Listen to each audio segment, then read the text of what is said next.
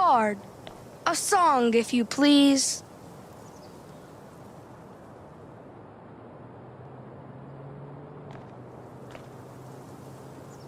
Rays of glorious sunshine, sailing down such a blood red light. You never see it coming. You say that my mind is the best for eyes. You know, I was asked a big question when I live streamed this game. Why are you playing this dumpster fire of a video game? Angry face emoji. And to that I say, welcome to my own personal hell, where I'm constantly wondering how long till I have till I'm out on the street. Contrary to what people like to think, I honestly like to give things that I disliked in the past a chance. Eat shit and die. When a new game or chapter comes out. Because, being this magical thing called a human, I have the ability to change my mind or look back onto things with nuance and foresight. This isn't a person who stabbed me in the back. This is a piece of media that hasn't actually hurt me in a deep personal matter. 你确定吗? And yet, when I point this out, I'm treated like garbage. Typical Tuesday, boys and girls. So, I just finished playing Life is Strange True Colors, and whoo boy, do I have some things to say. The first being that this is probably the best Life is Strange game out there. Unfortunately, there wasn't that really high of a bar, and it seems that Deck 9 actually seems to understand where the faults of the previous Life is Strange were, aka the characters. Quite the improvement if you ask me, especially considering that their last Life is Strange game that they created had some disgusting issues. Oh, Price, that was epic. You distracted her just long enough for me to slip those pills into her tea. Instead of going with pretentious, annoying teenagers, the developers actually went with adults this time, and most of the cast is very likable. The characters really didn't do anything like steal from the handicap funds or steal a car from a hospital like the previous games, so there wasn't anything that really made me dislike the characters from a narrative perspective. You play as Alex Chen, a girl whose power is empathy. Not really all that great of a power, since a lot of what the power can do can be solved by, you know, socializing. Then again, I'm a YouTuber with a cartoon avatar. What the hell do I know about socializing? I have as good enough social skills as the people who sleep in the graveyard, and about half as much personality as them. I will also say that there's a decent amount of polish. It's probably the best looking game of the series so far, save for some graphical hiccups when the details on some objects like to pop in, and characters would often pop in on occasion. Also, there were times when I exited the phone screen that I would catch Alex doing the almighty T-pose. I mean, it's not like... Fuck. She's done some serious research. But it does get distracting. I'll also say that the voice acting did a really good job, with one notable exception. And there were a few times when Alex sounded bored, too. Horrid disharmony.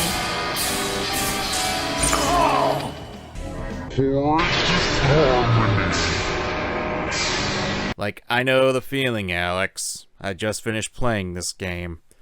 And now for the part where you guys really came for. What I didn't like about the game. Why you bully me? You fucking bitch, why you bully me? I do want to do a deeper dive in this game after I tackle Life is Strange 2, but let's talk about some of the stuff that I thought was bad, and I will be giving my spoilers right here. Turn back now.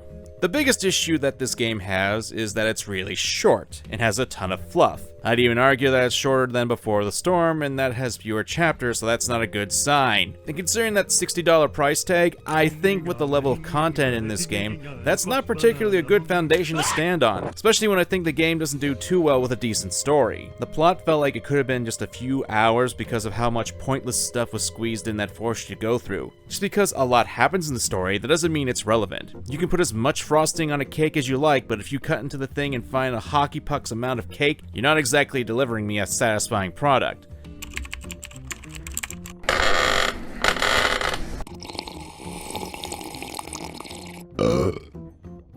What the fuck is a hockey puck's amount? The pacing was awful, since the majority of the episodes had all their time taken up by pointless fluff that barely had anything to do with the plot. Either could be shortened down or removed altogether. I don't normally mind if a game wastes my time with a roundabout goal, so long as there's some service to the characters or development. But here's the thing, while I don't have anything against the characters per se, since they aren't bad in their own actions, there's another downfall here. Most of the characters are just not interesting. The main character, Alex, for sure, is interesting, because you can read about her and learn about her, which, you know, I love reading about a character instead of being shown in the actual game. Really good stuff. Everyone else is essentially only a single basic thing you can learn about them and a memory lying around. They are about as interesting as the cat, who was the best character in the game. They aren't bad characters, but the cast isn't really all that memorable to me. The developers really went out of the way to make such a likable character for Gabe, though. You know, the character the trailer's already spoiled was going to die. This is something that developers really need to stop doing. You can easily make a trailer without spoiling it. If a character we're supposed to like dies, that's not good if you spoil that. In fact, the opposite happened. Because I knew for a fact that the brother was going to die, I kept on saying to myself, get on with it! This was such a waste of time to establish the brother character, and it became annoying very fast with how much they wanted me to like this character, despite the fact we already know he's going to die. We are somehow supposed to care about his death, and the entire game revolves around it. And it could have been much more impactful if the developers didn't put that directly in the trailer. It'd be like having a murder mystery story, except at the beginning of the movie you essentially show who's under the mask. You just make the shock useless and make the whole point hollow. Like, imagine you're about to play Persona 4, and in the trailer or in this video, this D-bag just ups and tells you that the murderer is a You never see me coming. Whatever you say! My point is that maybe it would have worked if it already wasn't spoiled. Developers, have some backbone and confidence in your games! One episode in the middle of the game centered around an RPG-style game that just felt like a side quest yet took up an entire episode, with the episode only giving a few minutes further development into the plot. And while I liked the whole encounter, and if this was the case for the entire game I wouldn't be opposed to it, but it was a side thing that I honestly wished I played more. It was the best part of the game, especially with the encounters that were outright goofy, and that's not a bad thing, but it felt like this for the most of the chapters. Few of your choices also seem to have any influence on the main story, which despite what Lantern in the corner is telling me otherwise, the endings are all practically the same. Usually the only thing that varies is your romantic partner that you choose throughout the game. Then your brother, who died at the end of the chapter 1, appears before you again and basically tells you what your whole life is going to be like in the town if you decide to stay. Wait, what?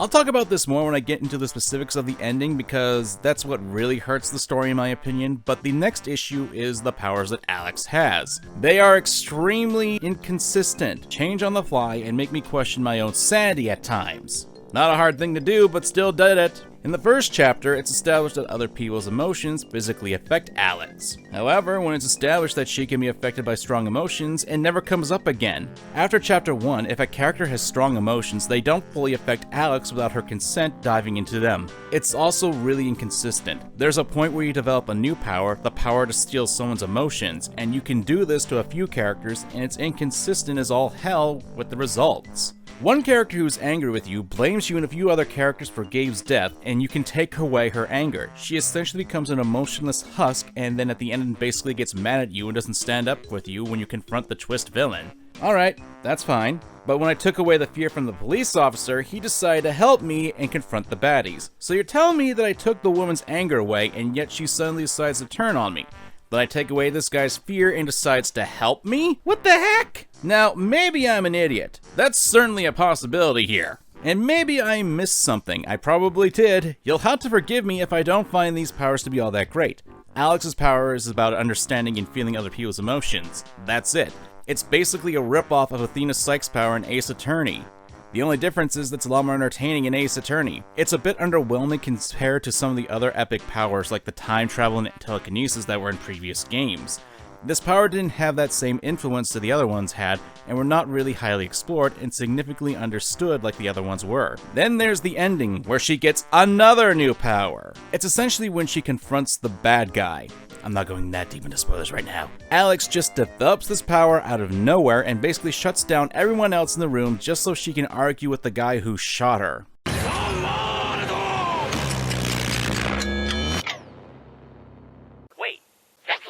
In fact, I'm sick of waiting. Let's talk about the mess of the final chapter. This is your last chance to step away before major spoilers. So, at the end of chapter 4, we get the oh-so-predictable shock that a character was really nice throughout the entire game to us is actually the bad guy, Jed. Now, regardless of how predictable this shocking twist is, especially since it just rips off the original Life is Strange with Jefferson, that you have the nice guy that everyone likes in the game pretty much be the bad guy. But that's not really my issue here. No, my issue is that in Chapter 5, the writers decided to cram the backstory of Alex's father and history outside of readable documents. It literally takes up the first half of the final chapter, and it's extremely slow. Which, side note, I really wish there was an option to speed up dialogue. You can skip gameplay, but there's no way to speed up dialogue. Anyway, the reason they need to do this is so they can set up the next big twist for the ending. That Alex's father, who up until this point was barely mentioned, was one of the men who was killed in the accident that happened 12 years ago before the events of the game. It just comes out of nowhere, and the game expects you to actually care about this dramatic shift, and it just makes a big contrivance. Alex's father just so happened to be here. He just so happened to be the one of the workers who died.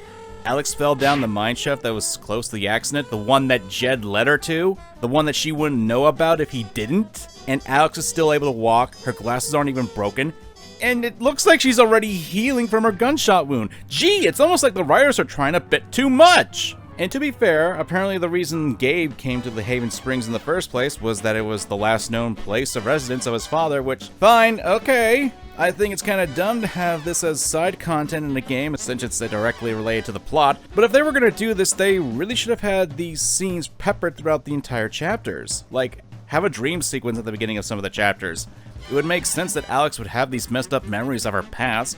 Not only would you have more content in the previous episodes, but then you wouldn't have to cram it all into the final chapter and could open up more to have actual gameplay with the story, as well as make it much easier for the people to digest this information that we learn about Alex. In addition, you make sure all your audience has this context that isn't just tucked away in the endless traditional reading. The reveal of Alex's dad being there is also disconnected. I feel like the father needed to have a much bigger presence in the game, and not just this episode for that to have any impact, and it just feels tacked on. Much like a game reviewer who just spends so much time running a review and just decided to throw in some random humor so people didn't get bored. Actually, upon thinking about the timeline, this whole plot twist seems rushed and surgically inserted. Like, hear me out.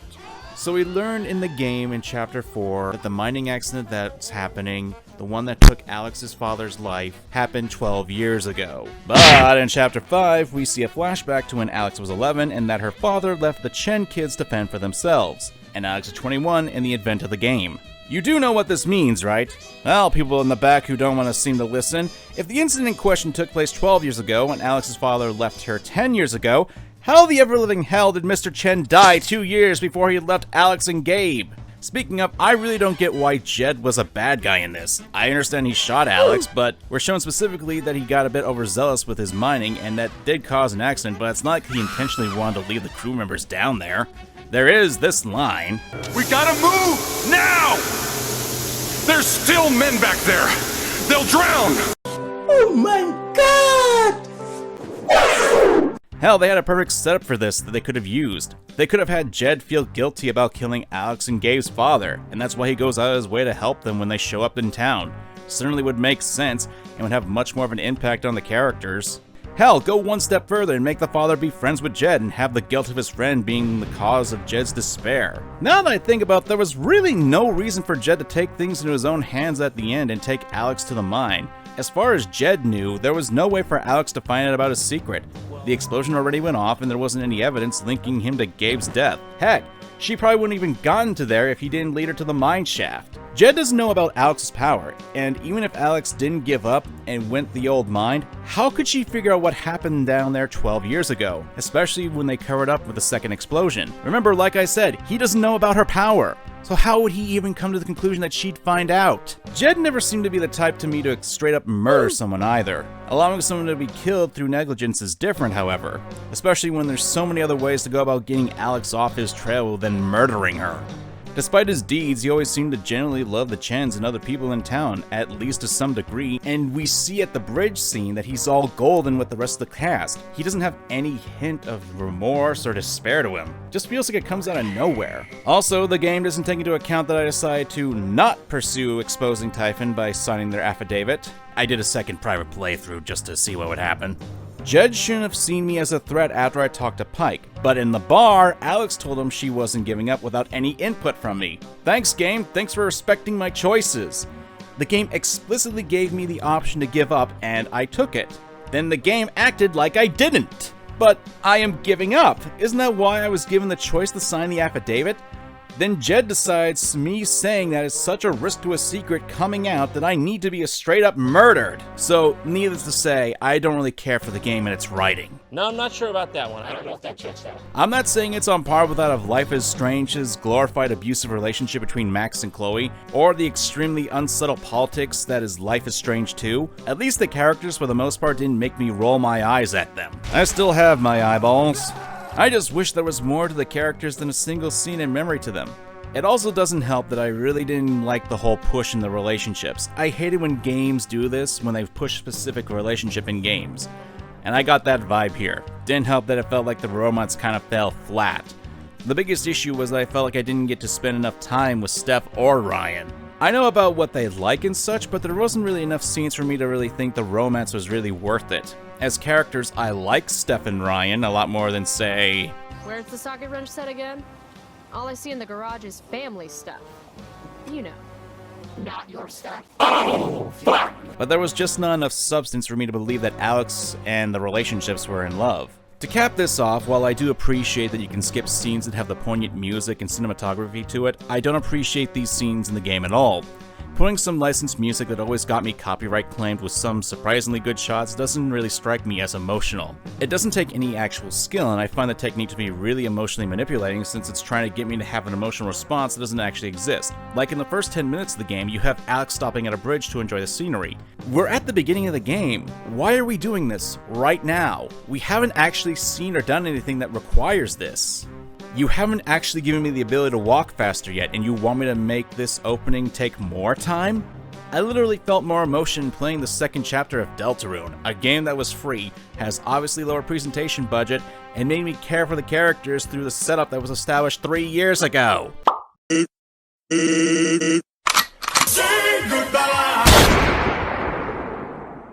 Look, I know this is probably an unpopular opinion, and considering I got a couple of snobs getting on my tail for apparently having fun with the game on a live stream, not an edited video where I actually take my time and reflect upon what I've experienced in a game, and nearly took what I said and warped it, I know this game has its defenders. Some a little bit more crazy than others. Don't let me take this away from you. If you really enjoyed this game, that's perfectly fine. But please, just don't discount what I said just because you liked it. I feel like Deck Knight can actually take the Life is Strange series in the right direction because of this game, and this game is a good start with it. I honestly do believe this game is the best in the series, but that doesn't mean it doesn't have its problems. And now, as I sit here wasting time trying to figure out how to end this video, I guess I should say that you should probably wait till the game goes on sale before putting down $60 on it. Then again, I know that fans will more than likely pay top dollar for this game, but if you're not like people who actually like getting their brains scooped out and having their wallets drained by corporations, ironic considering the story of this game, I do implore you to get this game on sale if you're interested in it, and I hope that should the series of Life is Strange continues, they continue on an upward path that they're on. Now, if you excuse me, I still need to rip apart the sequel of Life is Strange. Just hope that... Ah, shit!